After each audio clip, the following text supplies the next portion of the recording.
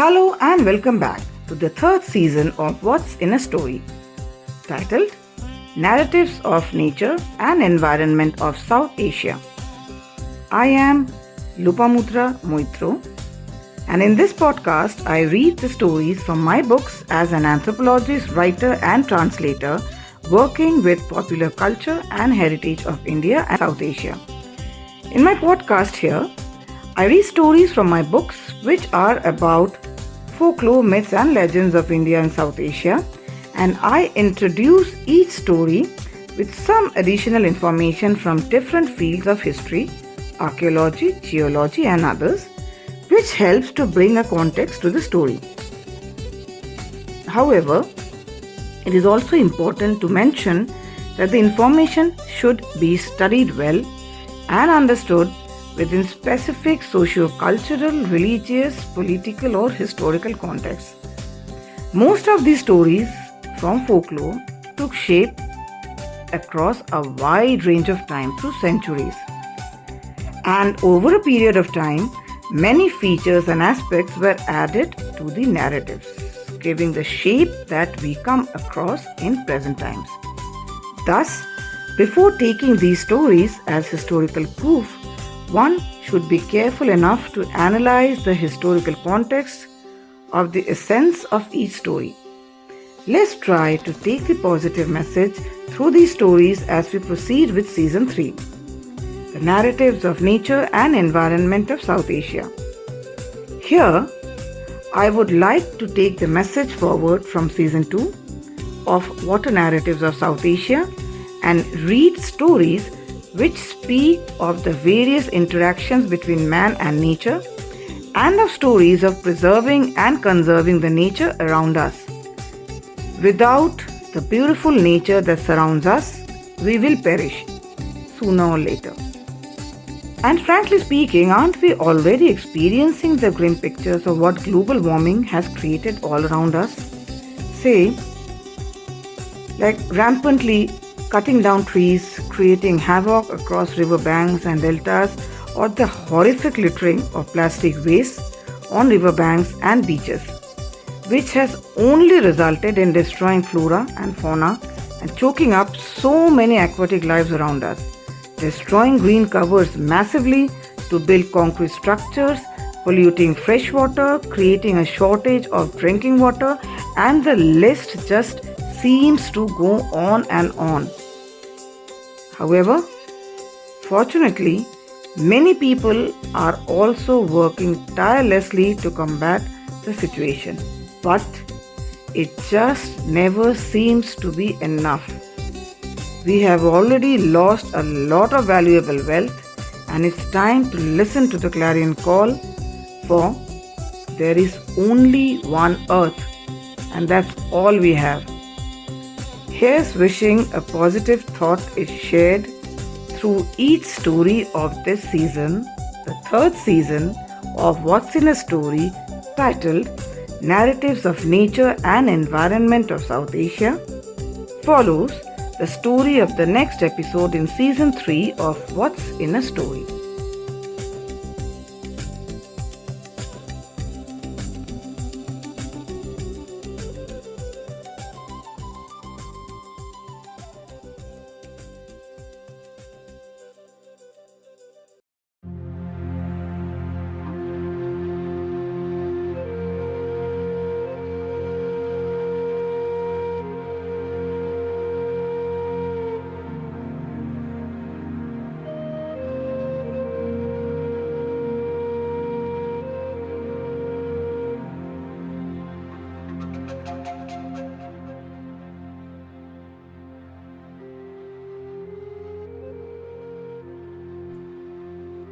About the story.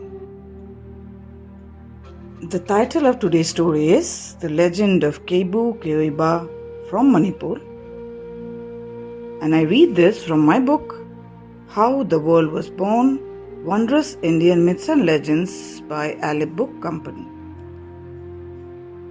Keibu Keioiba is a mythical creature in the Meitei mythology of Manipur.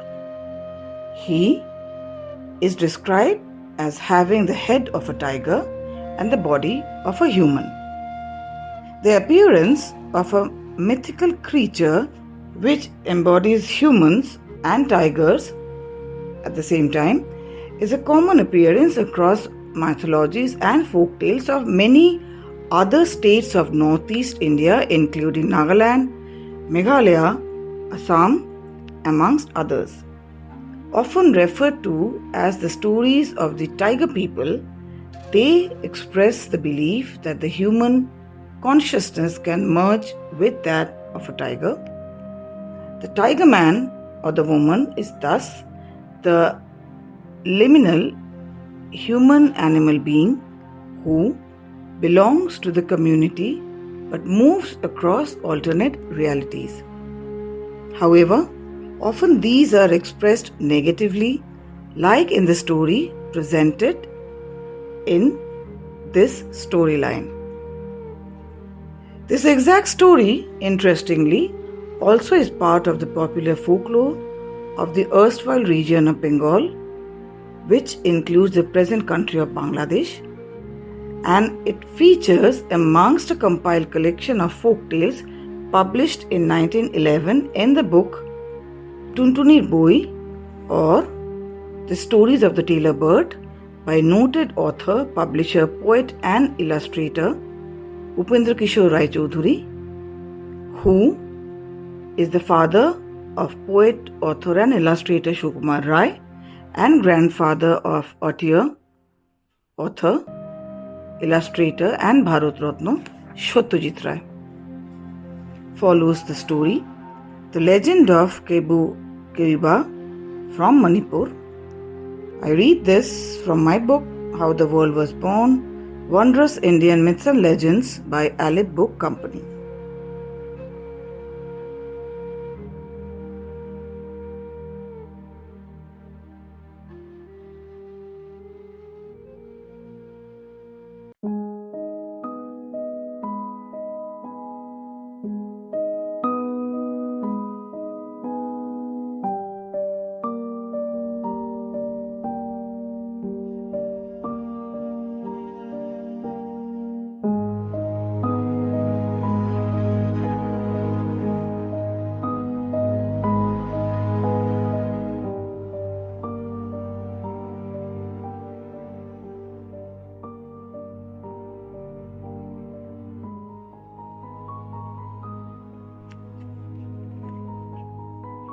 The story, The Legend of Keibu Keioiba from Manipur.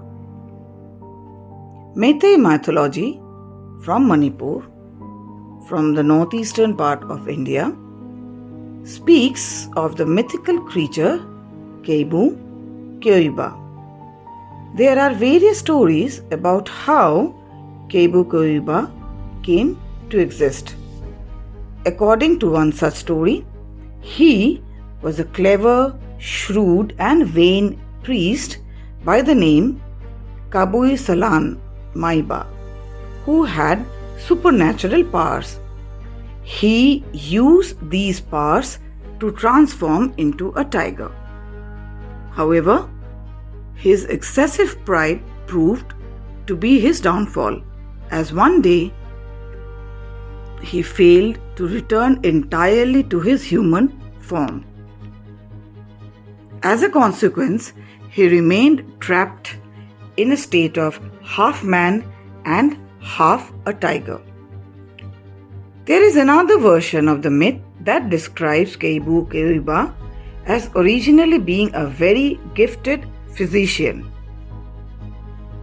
He was well known and revered all across the region for his remarkable medical skills and knowledge, and he was always looking forward to strengthening his knowledge further. His increasing thirst for knowledge also began to fuel his vanity. He found pride in the extensive knowledge he had gained, enabling him to effortlessly master magical powers. And thus, with the help of a newly acquired skill, he wanted to transform himself into a tiger. He also taught his wife how to make him revert to his human self. However, as soon as he turned himself into half tiger-like creature, he developed the instincts of a tiger and started to roar and frighten people. In fear, even his wife ran away. Now, there was nobody to help him transform into his original self, that is the human form. Thus, it is believed that he remained a tiger-like creature, which is often described as being half a man and half a tiger. This creature was Keibu Keioiba. Thus Keibu began to be feared by one and all. He began terrorizing people, initially preying on smaller animals in the village and then targeting humans after that.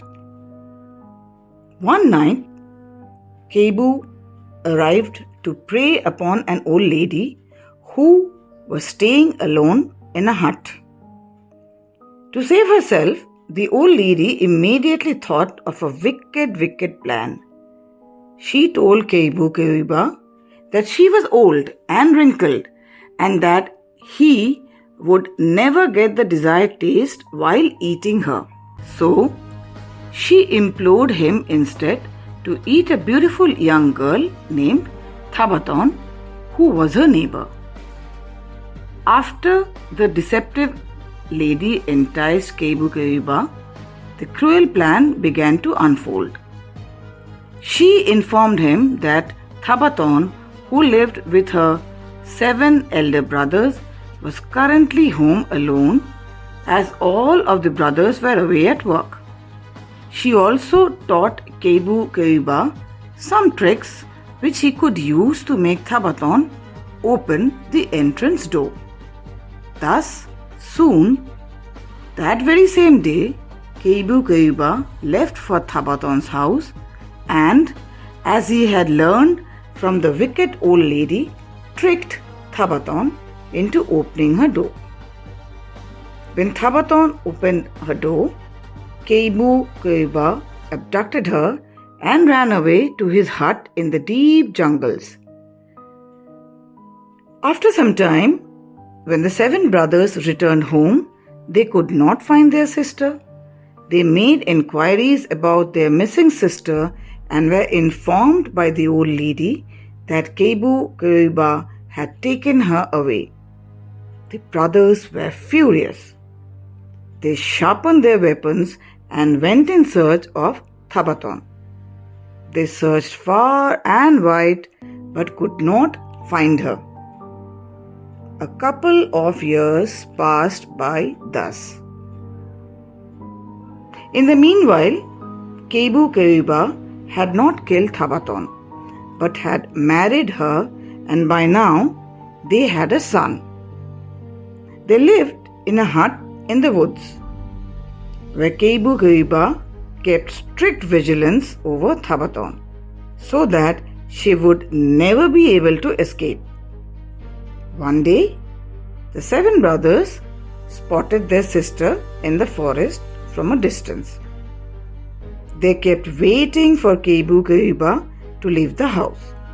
Soon enough, towards evening, Keibu Keioiba was ready to go out for hunting his prey. And when the sister was alone, all the 7 brothers entered the house. The sister was delighted to see her brothers and narrated her sad story. The brothers stayed back throughout the night and thought of a plan to rescue their dear sister. Accordingly, next morning, when Keibu Keioiba returned home, Thabaton gave Keibu Keioiba an utong, which is a bamboo pipe, and asked him to go to the nearby stream to fetch some water. Thus, Keibu Keioiba left home. Immediately, the 7 brothers killed the son and ran away with their sister after setting the house on fire. In the meanwhile, Keibu Keioiba sat next to the stream trying to fill up the utong with water. But what he did not realize was that the utong was hollow on both sides.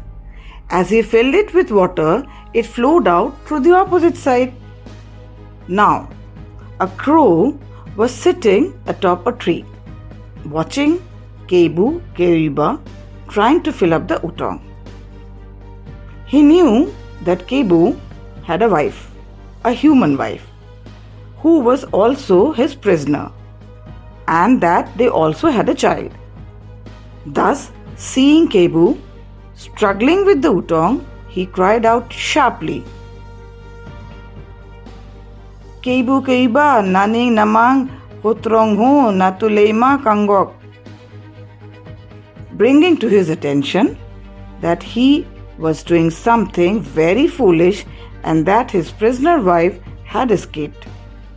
At first, Keibu Keioiba did not pay much heed to the crow's calls, but when he finally did, he realized that probably he was being fooled. He ran towards his house and to his great dismay saw his house lay burned completely, his son dead, and there was no sign of his human wife.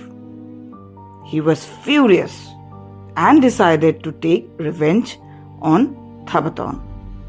He ran towards the house where Thabaton lived. The 7 brothers knew that Keibu Keioiba would soon come seeking revenge, and they were ready with their weapons. They fought Keibu and finally killed him. After the death of Keibu Keioiba, Thabaton, her 7 brothers and all the villagers lived in peace. Till date, all the people remembered the story of Keibu Keioiba and how he had terrorized people all over the region.